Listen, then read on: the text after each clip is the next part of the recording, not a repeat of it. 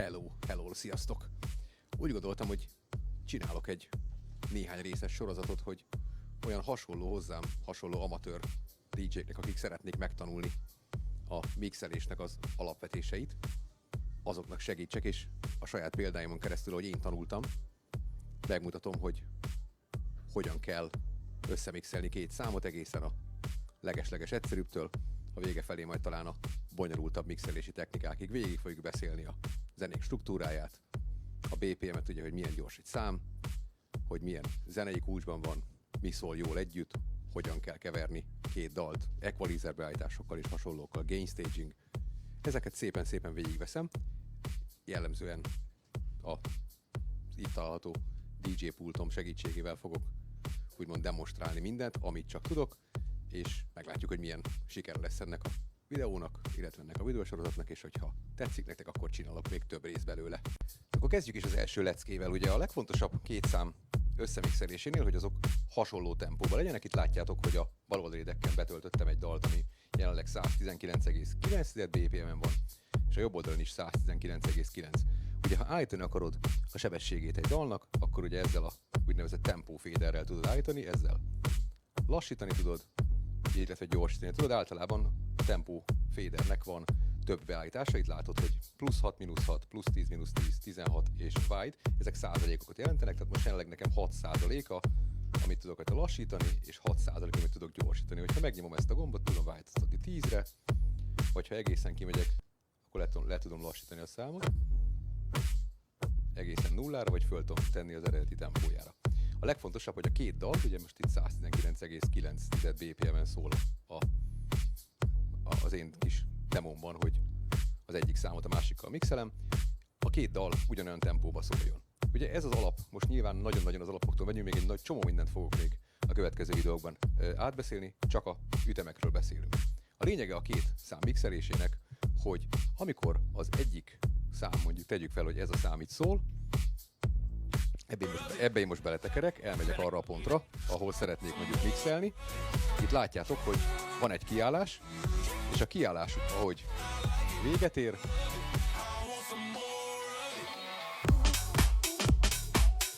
el kell indítani a következő dalt,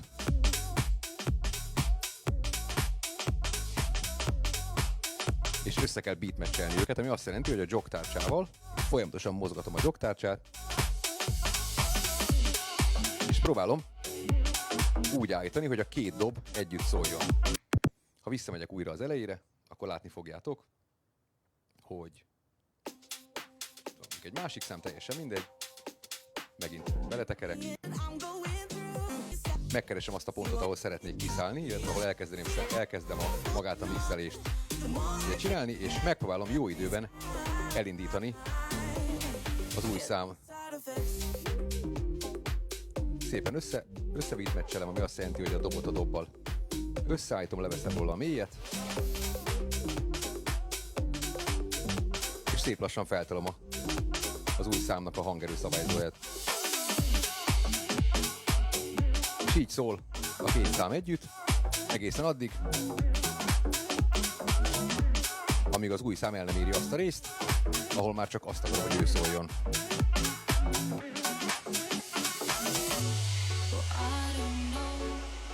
Hát körülbelül ez az alapmixelés, nagyon-nagyon egyszerűsítve a két számot, tehát beatmatchel, ami azt jelenti, hogy a dobokat egymás mögött látszik és vizuálisan segít neked, hogy a két szám hogyan szól együtt, és akkor szól jól, hogyha ugye mind a kettő dob ugyanabban az ütemben van, és nincs elcsúszva. Mutatok egy példát, hogy nem szól jól.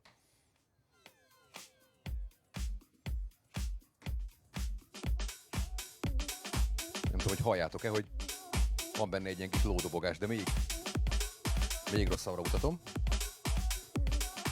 És amit tennem kell, hogy szépen lassan az egyik jogtárcsát vagy jobbra, vagy balra tekerve, attól függően, hogy lassítani vagy gyorsítani szeretném, a két számot egymásra helyezem. Természetesen ti most itt hallotok mindent, de normál esetben a beatmatchelés az, amik a fejhallgatóban zajlik, nem hallja senki, ezért van itt ez a Q gomb, hogyha megnyom ezt a gombot, akkor amit ugye csak én hallok, az a második szám, az össze tudom szépen beatmatchelni a következő dallal. És amikor kész vagyok a beatmatchelésre, és már nincs lódobogás, akkor szép lassan ráhúzom a következő, úgymond a következő számnak a hangerő szabályzóját. De most ez nagyon-nagyon egyszerűen ugye fogalmazva, erről szól 2 szám mixelése. Persze nyilván ezek nagyon-nagyon az alapok, és át fogok még beszélni a következő videókban egy csomó fontos részt. Ugye például azt, hogy megfelelő, ugye ugyanolyan hangereje legyen, a 2 számnál, amikor mixelek, akkor ugye a basszus csak az egyiken szóljon, mert különben nagyon-nagyon rossz lesz a hangja, dobogni fog és túl lesz vezérelve.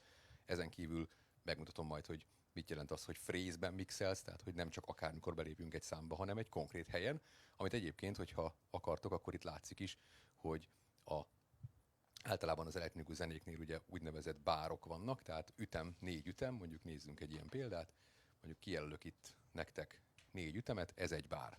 És ilyen bárból van mondjuk 8, ami azt jelenti, hogy mondjuk 8 ilyen bár, nézzük 1, 2, 3, 4, 5, 6, 7, 8, tehát 8 ilyen bár, az tulajdonképpen 64 ütem, az ad ki egy részét a számnak, és utána valami változás történik. Ez egy phrase. Képzelj úgy, mint egy mondat, hogy ez a bevezetése, vagy egy könyv, ez a bevezetése a dalnak.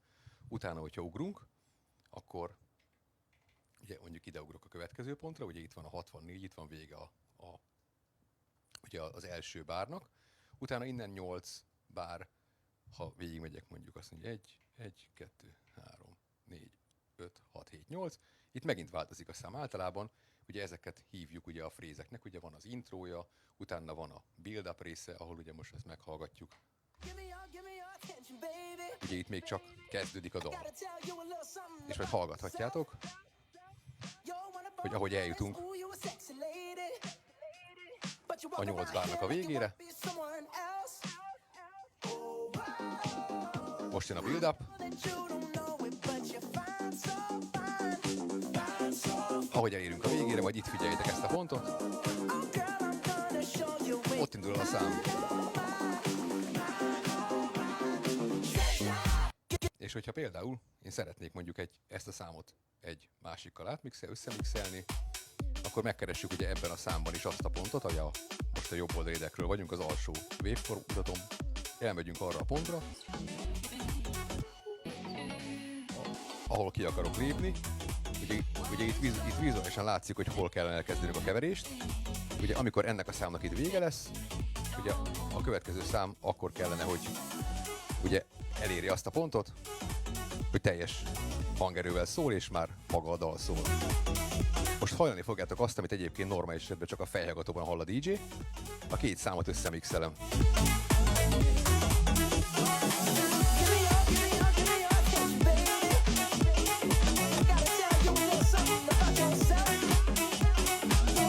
Látjátok, hogy a 2 dal szépen egymás mellett szól ütemben.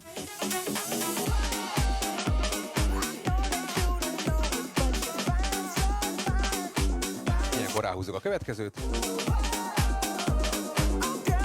És a kimenő szám pontot végződik, ahol a bejövő szám úgymond érdemi része a következő phrase megszólal. És így megyünk tovább. A következőre, a következőre, a következőre. Még egy csomó minden más fogok mutatni majd a következő videókban, ez csak egy ilyen ízelítő volt. Mondjátok meg, hogy tetszik-e, érdekes-e ez így, értelmesen magyarázom-e? És ha igen, akkor csinálok még ilyet. Sziasztok!